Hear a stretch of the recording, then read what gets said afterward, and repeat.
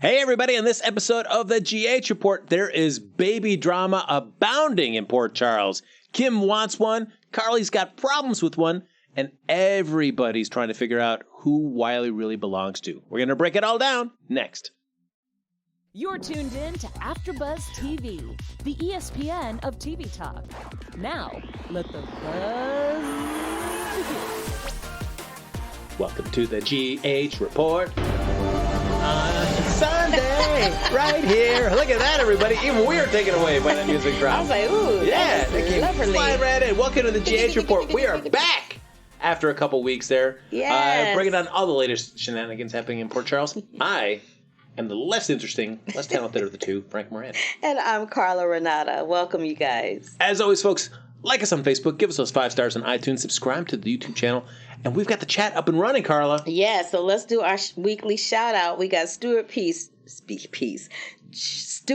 Pierce, Joe Costanzo, Lisa Wagner, Annie Goen, Tom Clev, Marlon Wallace, Michael B., Kelly Public Cover, Jody Daly, Nakisha Jones, Matthew Kennedy, and I think and Loretta. Thank you guys for tuning in and joining the chat. We appreciate you. Love you much. Absolutely, yes. I know we had an impromptu week off last week, so thanks very much for sticking with us during our little 1-week hiatus, but we are back in full force. We break down all the latest happenings and a little bit of news at the end of the episode. But let's dive right into it. Yes. Which I think everybody is tired of. I know I am. It is Kim trying to get a baby. Oh my God, she was wearing me out this week, and the poor sister that's playing her, she must be just like, can y'all give me something else to do, please? Can I just come to work and not cry and whine one day this week? She was getting when she had that meeting with Shiloh, I'm like, if she asked that fool to give her a baby, I'm gonna be like, oh girl, you need to reassess your situation. If you go into Shiloh, that means you are desperate on a whole nother level. I need to hear you say the words, Kim. When he said that, I was like, I'm like, he just has no limit to his sleaziness, just no boundaries. You know, and I mean, I know that losing a child is one of the hardest things that could ever happen to a parent, for sure. I don't know. I don't have children, but yes. I can only imagine. So, and especially when, given the situation that Kim and Oscar were in, they were really just relying on themselves. They only had the two of them for the longest time until they moved to Port Charles, and then they found the rest of the Quartermaines and Drew and all that stuff. And I know I am the first to complain how long a show dwells on a story point and an emotional beat in a show. Well, now. And I'm feeling like that is the same way here, too, where it's like, I know it was devastating to lose Oscar, but I feel like, man, can we please move on a little bit from this is Soapland. So in Soapland, we're going to let you mourn a little bit, but then we kind of, as the fans, we're kind of like, okay, that's enough of that. Let's move on. That's how we are as the fans of the show. We're just kind of like, we feel bad that you lost your son. We feel bad that the actor that plays that part no longer has a job and he had to go register with EDD for his unemployment check. We do. We feel bad about that, but I'm going to need you to keep it moving right now. And I feel like the only reason that you would keep it in for as long as it did is that you needed to get Kim to a place where she was so desperate that she would actually reach out to Shiloh. Because when she does that, it then it kind of starts confirming some of Shiloh's suspicions. It opens a big can of worms because she reveals that, I think she's the one that reveals about him still having the flash drive. I think she reveals that to Shiloh about the flash drive, so he knows that Drew still has the flash drive. He reveals that that the thing about Wiley. Yeah, Julian's been worried about that. Julian being worried about Wiley and all that, and he's like, "Oh, really?" I'm like, "Oh, dude, I can't." So she unknowingly, in her grief-stricken state of mind, is just running her mouth and telling everything and not realizing the damage she's doing. So it's like, all right, I understand from a large story point why that scene is helpful to launch some other stuff. But now that we've got it, cool. Let's just wrap it up with Kim. I feel like there's really nothing else to be gained out of Kim and her grief at this point. So callous of me to say. Yeah, I'm kind of over that. And then because what would you think because her whole thing is like, I could have a child with Julian, but it wouldn't be the same. I want to have, just like Oscar, a child with Drew. Yeah, even if we're not together. And this is and when she said that, I was like, okay, so first of all, my brother and I come from the same two people, but we're nothing alike. We're completely two different people. So that just goes to show just how sunken in her grief she is, that she honestly believes that if she gets pregnant by Drew, that this child is going to be another Oscar. Nobody's going to be able to take Oscar's place, and it's just a bad idea. Mm-hmm. She's just grief-stricken, and to try to get pregnant when you're grief-stricken, it's like, and not to compare this to a person, but it's just like when you have a pet and your pet passes away. Some people go out immediately and get another pet. And other people are like, nope, I'm done. I can't do it. It's just too much for me. It's the same situation when you're dealing with people. Some people will get pregnant because they have that empty nest syndrome in another way. And some people get pregnant because they just want to try to replace the person that they lost. And some people get pregnant because they're trying to save a marriage. So it's different depending on the situation. But no matter what the situation that you're trying to do that in, it's never going to have great results. It's never going to turn out the way you want it to. Yeah. Unless what they do is they do that and then they rapid age them.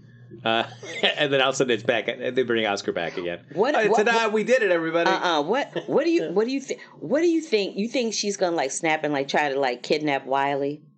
I can't. No, I don't think she'd go that. She's on the verge of being cuckoo for Cocoa Puffs. Yeah, I'm hoping not. But I'll be curious because like once we kind of resolve the grief that she has for Oscar, and she realizes that having a baby is not the best course of action for her. What's up for Kim? I'll be curious to see. Oh, they're either gonna make her crazy and she's gonna do something crazy, or they're gonna write her off because they've written her into a corner at this point. Oscar's been gone for weeks now, and they keep every time we see her, she's with somebody different, crying and whining about Oscar. She cried and she whined to Elizabeth. She cried and she whined to Shiloh. She cried and she whined to Julian. She's crying and whining to Drew on a daily basis. Like, they've written her into a corner. There's no place for her to go, from my perspective. Like, there may be, from the writer's perspective, I'm not in the writer's room, I don't know, but from my perspective watching it, I'm like, I can't possibly see what they would do with her at this point. And I did like, she tells Shiloh, like, I saw some of your pamphlets there about how to make a persuasive argument. I really would like to learn more about that. So I don't know how you would need like, one how are you going to persuade somebody if they say they don't want to have a baby? They don't want to have a baby. Like, what the hell are you going to say that's going to make them change their mind? I'm like, girl, please go have several seats in a corner somewhere. I couldn't. Now I get it. All right, let's do this baby thing. Thank you. So as I did say, once she tells Shiloh that, he starts putting some other pieces of information that he has into place, and he's like, hey, hold on a second. I think maybe Wiley is my son. We know it's not really, but that's at least what he's thinking. Yes. So that leads us into the whole Shiloh storyline. We've got Willow in court. She's tied up at school, getting her teaching job back. So she's late to court. It's too late. And I have to say, I felt bad for her because she was doing the actress playing Willow was doing her thing, because I have to say, she was really trying her best to be very respectful and very kind and very gracious under the circumstances. Everything short of saying, look, I love y'all, but really, I gotta go. Yeah. like it took Chase having to come in and get her. I don't know how it... I mean, I guess you find out you have this job you thought you lost, you have it back. Mm-hmm. But she needs to go to court. Mm-hmm. I was like, Willow, why don't you just say that you need to make an appearance? I don't know, but I feel like court is bad. Because this is the thing. Because once she would have said, oh, I have to go to court. Oh, what are you going to court for? Oh, I have to try to stop Shiloh. Oh, you and Shiloh you know what I mean? Yeah. It turns into 50 questions. And she was like, that's why she was just like, I just got to go. I have something I need to do. They don't, and not for nothing, but those people in that room, they don't need to be all up in her business like that. I feel like the only one that would have, I think Lulu, Liz, and Franco would have been like, all right, fine, you got to do what you got to do. But Nina would have been like, whoa. I need to know exactly what's happening in this courtroom. And Nina was like that. And Nina was all like, well, clearly she had something else that was more important than her being here. I'm like, girl, let me just punch you in your throat real quick to shut you up. Ugh. Speaking of Nina, Cynthia Watro's taking over that role was right on the money. And this is why. A lot of times when they recast roles for these soaps, the people don't resemble them physically at all. They don't resemble them energy-wise at all. And they come in and they bring their own energy and their own thing to it, which is great. It's good as an actor to come in and be able to bring your own thing to a role that's been done before. That's a really beautiful thing, especially when the fans embrace it. I'm embracing her. She's the bomb.com. Because she kind of stepped in without skipping a beat, right where Michelle Stafford left off. I'm there for her all day long. What do you think in terms of the chemistry with Jax? Are you both equally, or do you like Cynthia's more? I like them equally, because this is what I'm saying. She stepped in without missing a beat. Like, she stepped up to Jax, and there's still that chemistry, but it's a different kind of chemistry. It's chemistry, but it's not as steamy as it would have been with Michelle. But there's some, you can see that there's a little something there. I'm kind of not really buying the chemistry between her and Valentine just yet. That's true. And I feel like there's not been enough scenes of just the two of them to really get me in. Yeah. So I think but I'm pretty sure I'll change my mind on that, because I really like her. So I'm there for all of that. Yeah, I feel like this version of Nina, at least as of right now, doesn't have quite those kind of over-the-top tendencies that the Michelle Stafford interpretation would get in terms of an argument or the way she would approach something. So, and maybe that's she's just kind of ramping up to that. But in a way, I almost kind of like that, where it's like, all right, cool. I some of the histrionics that Nina can get involved, at least Michelle's version of that. My mileage may vary on some of those. Like, oh boy, Nina, you're driving me crazy with this. Yeah, I really enjoyed her coming in playing Nina. I love her. I feel like she captures the essence of what Nina is supposed to be on General Hospital. Is the best way for me to say it. So I'm there for her all day long. In the chat room, they're saying that they like Cynthia. They like Cynthia as well. She plays crazy well. Yeah, she does. She does. She good at that. She got that down. So we were talking about Willow and her cord trauma, which Nina was kind of preventing her getting there. Thankfully, Chase took her away in the last minute. After Diane called him and was like, "Look, your girl is not here. You might want to go get her and bring her here." If she had already called her twice and then she wasn't answering the phone, she's like, "Look here, that judge is gonna rule without her. It's like you might want to get her here." And for as many times that we saw, days leading up to this, where everybody was telling me, whether it was Diane or it was Michael, you don't have to worry about this. The law is on your side. We can't use this stuff. It's fruit from a poison tree. Blah blah blah blah blah. We know it's soap. So as much as everybody tells you it's going to be fine, it's not going to be fine. No. And then him sitting over there gloating, I just wanted to punch him in his throat. But this is what I loved about that whole little scenario. I love that Shiloh's lawyer was an actor who was a disability actor. Let me tell you something. General Hospital, of all the soap operas and I say this all the time about General Hospital always pushes the envelope when it comes to stuff like that. I love the fact that they got somebody that is disabled, and she's gorgeous, this lady is. I can't remember her name, but she's gorgeous. But she played the hell out of that part. And it just goes to show you that just because somebody has a disability, that doesn't make them like everybody else, doesn't mean that they can't do the job. And I did like that.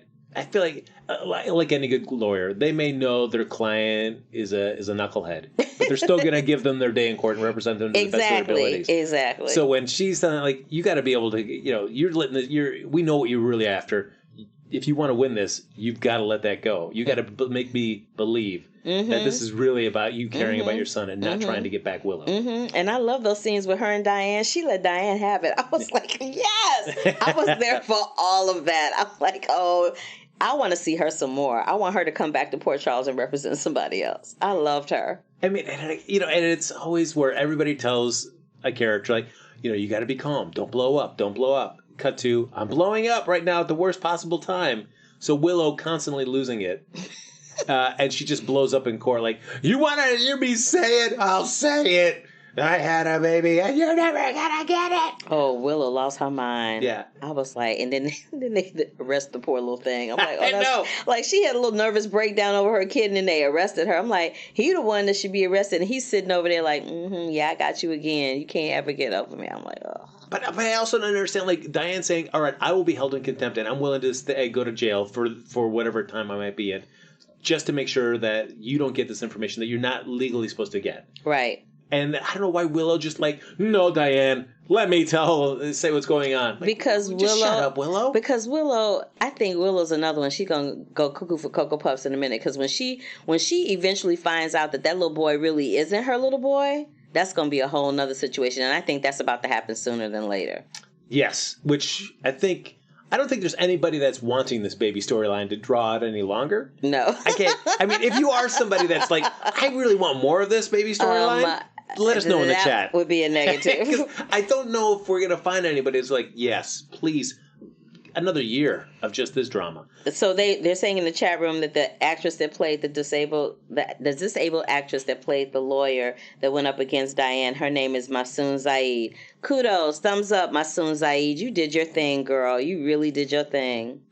You know, folks, speaking of kudos and thumbs up. Here we go. You know what?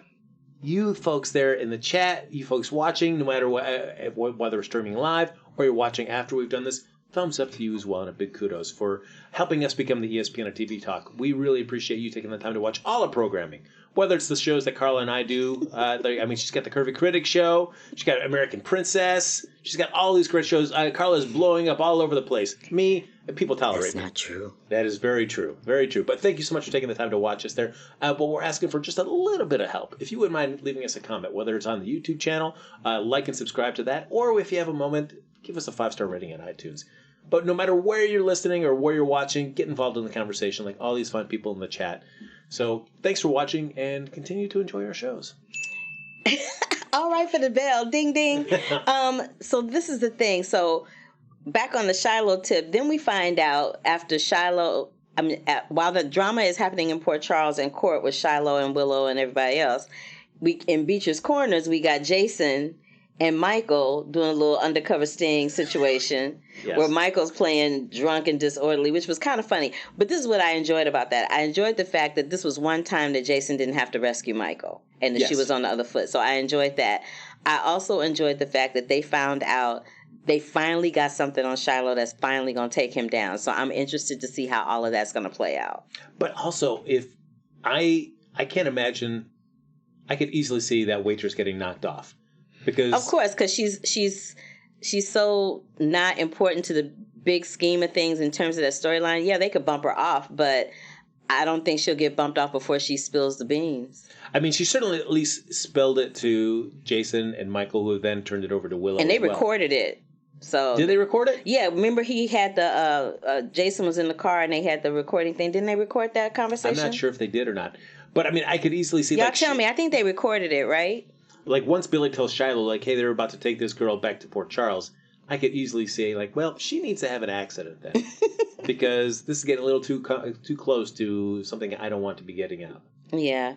I'm glad that, and I'm also glad that they redeemed Willow in that respect to let her know that she wasn't responsible for her father's death, that Shiloh really did kill her dad. Like, so she's got all this guttural instinct about him that's really negative and scary and spooky. And so now all of that's going to be validated once she finds out, or when she found out that she's not responsible for her dad losing his life, that Shiloh knocked him off because he wanted her and he wanted harmony.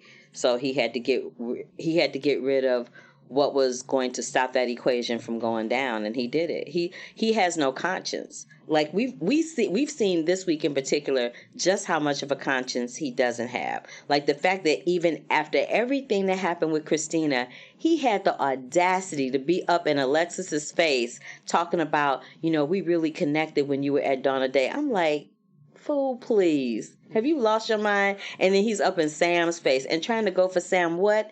Yet again, what is his obsession with Sam? Like, be like Frozen Boo and let it go. Like, what are you doing? I don't understand. I'm not a huge Shiloh fan, but you know what? I'm going to appreciate his hustle. Because it doesn't matter how much people hate on him. Oh, my God. He is always saying, like, hey, man, come back and take a class. He's always dropping that class. Come on. He is like a pimp without a stable of hoes. Like, I just cannot.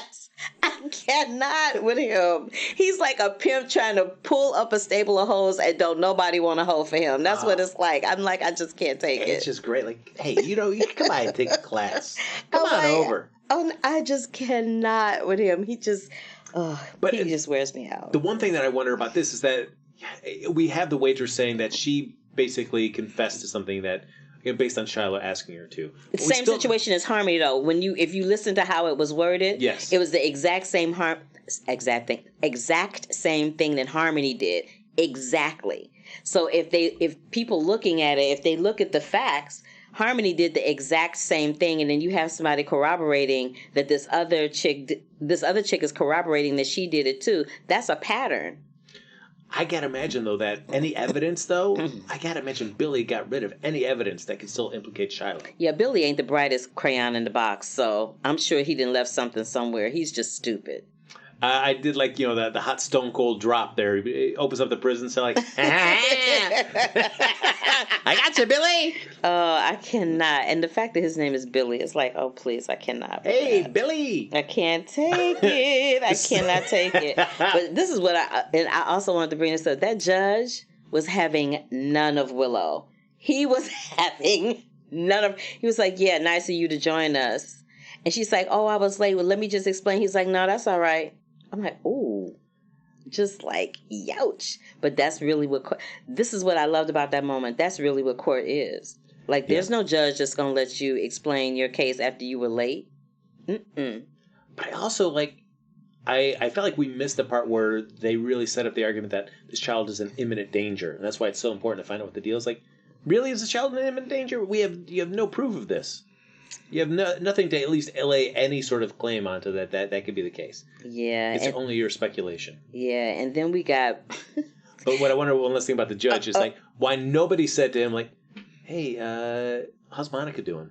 I hate you right now. Nobody brought up Monica with our judge boy. I hate you right now. Shut up. I'm going to change the subject. But then, how about this? How about... we see Brad angsting out again. This time he's angsting out at General Hospital thinking that he's dying. Like, even Bobby was like, calm down. You are not dying. Like, what the hell is wrong with you?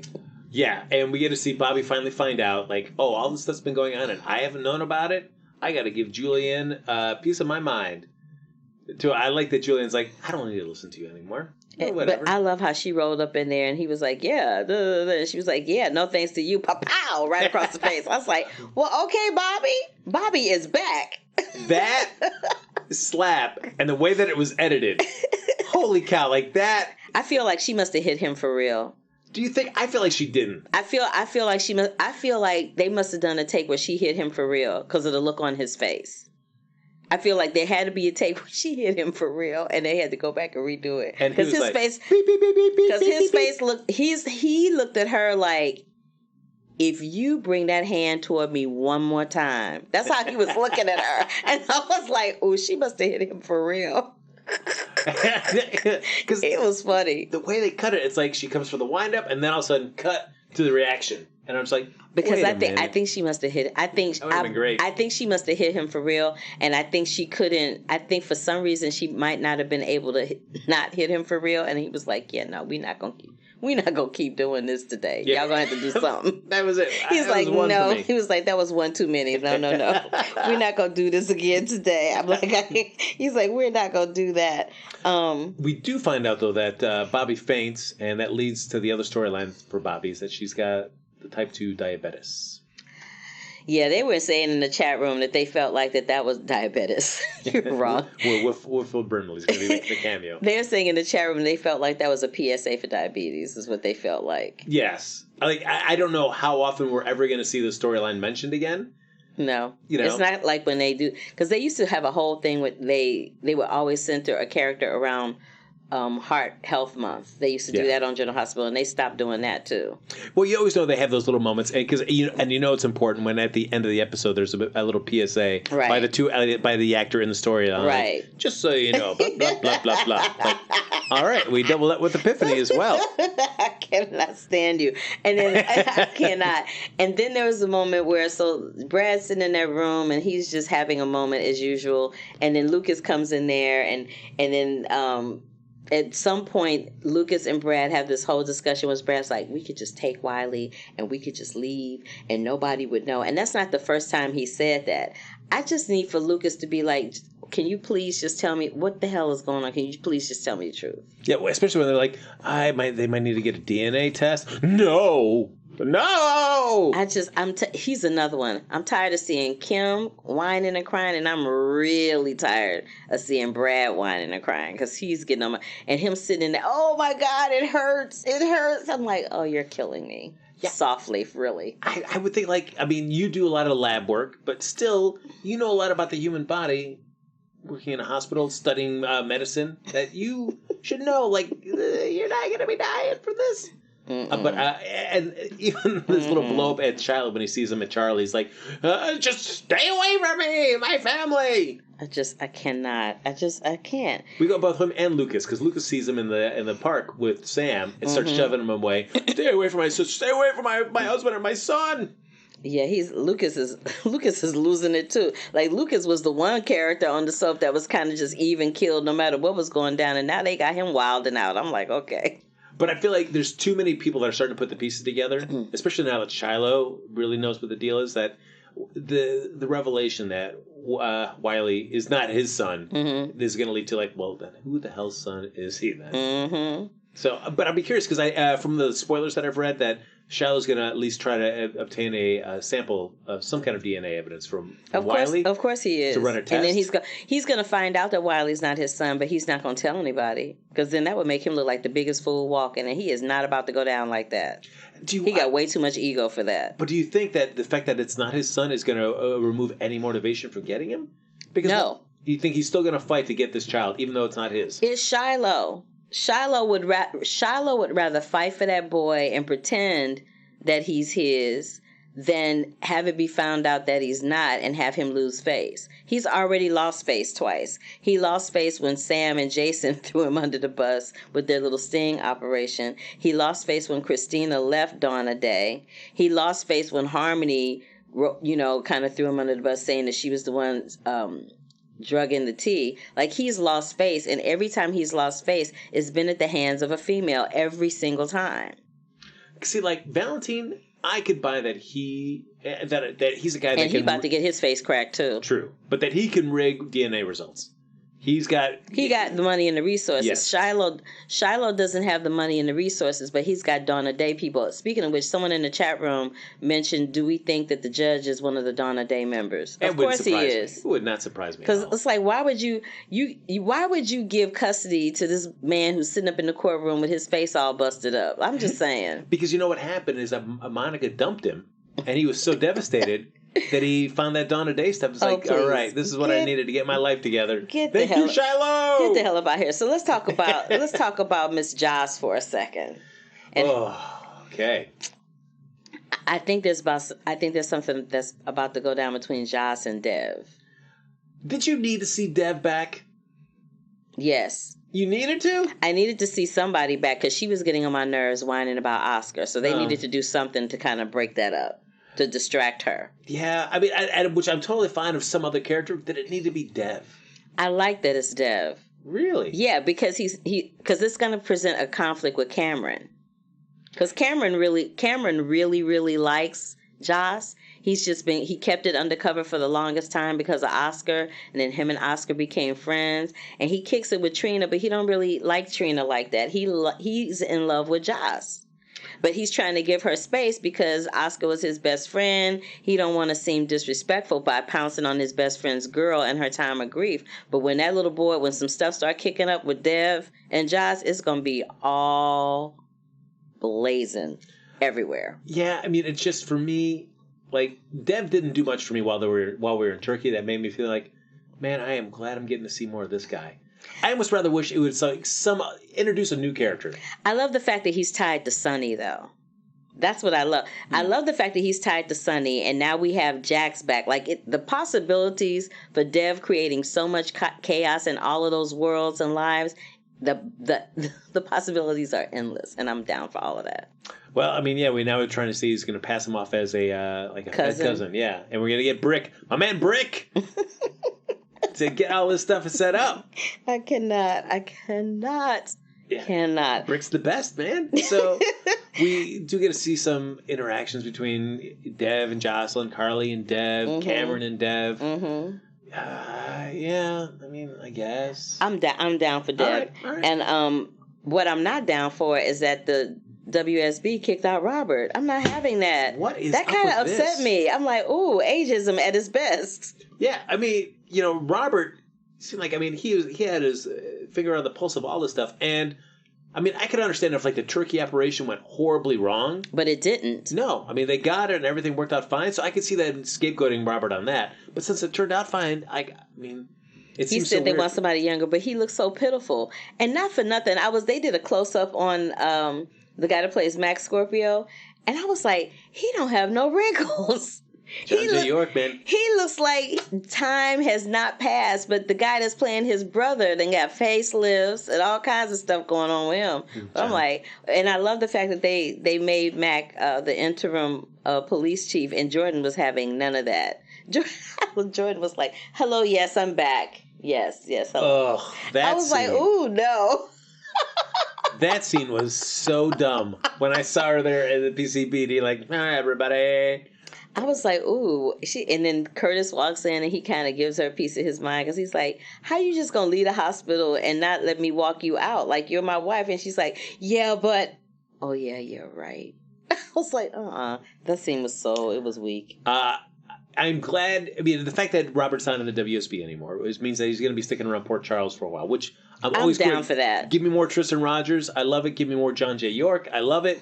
See Mac and Robert doing their things, the Scorpio boys back in the saddle again. Give me all that. They're saying in the chat room that it looks like Robert might end up being the new DA. Oh, he's going to be the new DA since Margot's leaving. Because we're going to find out that before he became a WSB agent, he has got a law degree, which all the times you've ever seen Robert Scorpio kicking butt as a WSB agent there at General Hospital for all these years. He's had this law degree. That's pure comedy. I can't. Shut up. He's got it, which I love it. Like, Robert, the new DA, baby. Shut up. Oh, and just to flip back around to the Dawn of Day storyline one more time. So when Alexis has that little meeting with Diane to discuss the whole case and everything, we find out that, and Diane's teasing her about Neil, we find out that Neil has a daughter that died and probably died as a result of being in a cult, which is why he's become a specialist. We also find out that Neil is feeling the same way about Alexis that she feels about him, and he feels the need to have therapy about it because he doesn't know professionally how to handle it. So he goes and he has therapy with Kevin, who has been reinstated as I'm like, that happened kind of quick, him being reinstated, I'm just going to say. Because they've had other storylines where it took people... remember what was the doctor's name? The one that was with Kiki Griffin. It took Griffin forever to get reinstated. Yeah. But Kevin, they just went, okay, here you go. But I did at least acknowledge the fact that a lot of his patients took off. So he's got to really rebuild his patient clientele. Because it's like, yeah, you got a twin brother that's a psycho, and you helped him get out. What's the deal? What's going on? But I cannot. With the Robert stuff, that also ties into what's going on with Lulu and Maxie and Maxie's insistence that we got to get Dante back. We got to get Dante. We got to find Dante. But she got that information, though, when she was doing what she does best, eavesdropping. She got that information when she heard Robert on the phone, so she knows exactly where he is. But I feel like Maxie's a character that there are times where I enjoy Maxie, and then there are times where I feel like I'm feeling this way in the story, where she gets so one-track minded on a particular thing. But that's the thing about Maxie that makes her intriguing and lovely to watch, because she is irritating. She's irritatingly lovely. I guess, yeah. For me, when it's a one track that you're agreeing with, it's great. But when it's a one track, you're like, leave it alone. Who are you to worry about? What are you getting all up in this person's business? Because Maxie is that character that being involved in her life is not enough. She always got to be doing something with somebody else. That kid's not giving her enough to do? Come on now. She always got to be doing something with somebody else. And then I was laughing because Rocco was back, and I know how you feel about Rocco. But Rocco actually wasn't that bad this time. When he showed up there in Sonny's kitchen. It always startles me when he does show up. He wasn't that bad this time. And Maurice, not for nothing, but Maurice Bernard must be a really, really good dad, because whenever he has scenes with the kids, he becomes a completely different person. Have you ever noticed that? No, that's true. It's very sweet. I was like, he's all in his face. He's like, do you want some waffles or whatever? I'm like, oh, that was cute. Yankees win? All right. Yeah. And let's talk about the fact that I think the week before they did that, a couple of weeks back, they did that seance, and it was kind of creepy and weird and everything. But who do you think that is, that the camera's point of view is making us think is out there in those bushes? I believe it was Dev, because he tells that to Jocelyn. It's like, oh, I was the one that was outside watching this. I forgot about that, yeah. So it's like, okay. Because I was like, because she was like, Oscar was there, he was with us. I'm like, girl, no, he wasn't. Why are you playing? No. But I love the fact that they kind of shut it down real quick by laughing. Because when Cameron started laughing, he's like, if Oscar was here, he'd be laughing his ass off at us right now. And that kind of just broke that awkwardness and sent them someplace else, which I was kind of glad they did that. Great Oscar cameo of the week, though, was that when Kim starts hallucinating and seeing Oscar, but like the sounds of a baby coming out of his mouth. Oh, I'm like, oh, that was the worst. Oh, so you're telling that young actor, hey, we're going to bring you in for this day. Just stand here real quick and just open your mouth. Where you don't have to say anything. We're just going to put baby sounds in there. That was the worst. Now let's talk about Carly and Sonny having the baby being diagnosed with spina bifida. Yes. Again, like talking about the type 2 diabetes, their spina bifida is something that many parents have to deal with as a result of the pregnancy. I feel bad for Carly. Like, it almost feels like for all of the crappy, underhanded, deviant things that she's done, I almost feel like all of that is coming back at her with this baby, because she's having some issues with this baby. And like many medical conditions, it is all on a spectrum. So, spina bifida can be very mild, can be too severe, as the doctor explains to them. As the doctor said, yeah. I'll be curious to see what course the General Hospital writers take with that. Yeah, I'm interested to see what they're going to do with that, too. I also had to bring up the fact that when I saw Margot pop up, I'm like, okay, Margot's been leaving for like a month. Is she going to leave this time for real? What's going on? Annie Goins like, yeah, finally she left. Thank goodness. I'm like, yeah, and what was making me mad is that I was starting to like her. So I'm like, oh, y'all going to kick her off now? I'm starting to like her because she had a little turnaround. But I'm like, if you're going to have her have all these goodbyes, like have her do it in one episode and have her be out. Like, why are we dragging this out? I don't understand. Yeah, I guess you give her that little moment with Drew to at least have them, put things at rest. Mm-hmm. They're not going to be buddies, but at least it's like, all right, we're clean slate. We can all leave and do our own separate thing. And let's talk about this. Why are there's two nurses that they kept showing that happened to overhear stuff whenever they were talking about Drew? Who are they? Are they Donna Day people or something? I'm not sure. There was that one black nurse, the real tall, thin black nurse, where she was kind of, she literally was like craning her ear like this. And then there was the other little white nurse that they actually pushed the camera in on her. So I'm like, I wonder if they're Donna Day people. I wonder if Shiloh has had some people kind of, I'm sure Shiloh's got people everywhere. Hospital gossip, it needs some place to start from. So, I'm sure the gossip mills are running around like, oh, Drew was talking to the former DA. Oh, I cannot. We got some news. What's up? Yeah, we'll wrap it up here. We got a couple minutes left. Let's talk about some hot news for a second. AfterBuzz TV News. Yes, of course we know who's coming back, and we've got Hayden coming back shortly. She's going to be coming back. With the baby, with the not, we'll figure out what the deal is. Out. She's coming back to see Finn while Anna's out of town. Shenanigans. It's going to be shenanigans. But is it? More often than not, if you're reaching out after this long to talk to Finn, is it going to have to deal with the medical condition in regards to the baby? Probably. Where you need to finally tell Finn because you need his expertise, as well as like, oh yeah. But she could get a doctor where she was. I'm telling you, shenanigans. But it's if you need the number one immune specialist in the world, there's only one place to go, and that's Port Charles, New York. So we're going to be seeing her soon. I don't know how long she's going to be around. Mm-hmm. Do you want this to be a short term, or would you like to see Hayden sticking around for a while? I don't need to see her stick around. Really? Mm-mm. All right. No, you're not a huge Hayden fan? I love Hayden, and I really love the actress that played her. But she's actually a friend of mine. But I lost interest in that storyline, so I'm not invested in it. It depends on how they write it. If they write it a certain way, it might pique and intrigue my interest. But in this moment, not so much. All right. Hayden, at first, I liked the relationship she developed with Curtis. But overall, I wasn't a huge Hayden fan, especially at the beginning with her and Nicholas. I just did not care about that at all. That was rough watching. But I did like the stuff that happened with her and Finn. And by the end of it, I was sad to see her go. Because by the time that we got to the point with her and Finn, that became a character where we got to see her relationship with Elizabeth. Her, at least her, that kind of structure that I would like to have seen like more of that developed, and then she was gone. Yeah, I liked her with Finn, and because that was during his time where he was having his little drug addicted situation going on. So yeah, it was good, but even that was like, ugh, just eat me already. I can't.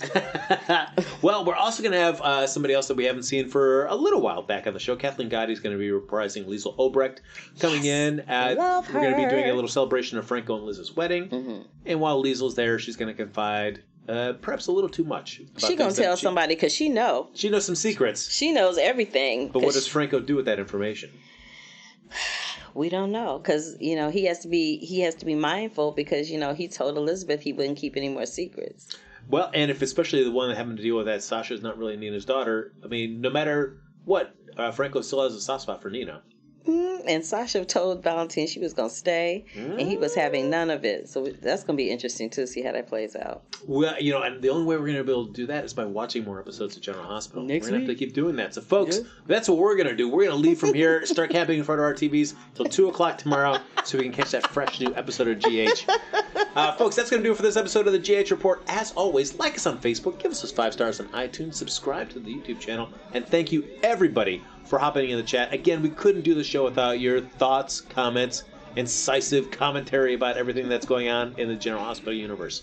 But if you want to stay in touch with either Carla or myself, but let's be honest, you want to stay in touch with Carla. I mean, whatever. That's not true. That's how you can find us. Carla, where can they get in touch with you? You can find me across all social media platforms at The Curvy Critic. Of course, you can find me right before the GH Report over at Black Hollywood Live doing The Curvy Critic with Carla Renata, where I talk about film reviews and have some guest hosts, and sometimes I have some really cool guests too. And then in a couple of hours, you will find me right back here at AfterBuzz doing the after show on American Princess, which airs on Lifetime. She's blowing up, everybody. Well, it's not blowing up. She's already blown up. She's huge. She is huge.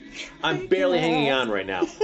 Folks, follow me on Twitter and Instagram at HappyGoJackie. Big thanks to Josh in the booth for making us sound good. Yay, Josh. Carla looked great. Me, you can only do so much. Folks, that's going to do it for this episode of the GH Report. We'll be back here next Sunday. I swear, even though it's 4th of July weekend, I'll be here. Will you? Let's find out. We'll see you back here next time right here on AfterBuzz TV. Bye. Our founder, Kevin Undergaro, and me, Maria Menounos, would like to thank you for tuning in to AfterBuzz TV. Remember, we're not just the first, we're the biggest in the world, and we're the only destination for all your favorite TV shows. Whatever you crave, we've got it. So go to AfterBuzzTV.com and check out our lineup. Buzz you later. The views expressed herein are those of the hosts only and do not necessarily reflect the views of AfterBuzz TV or its owners or principals.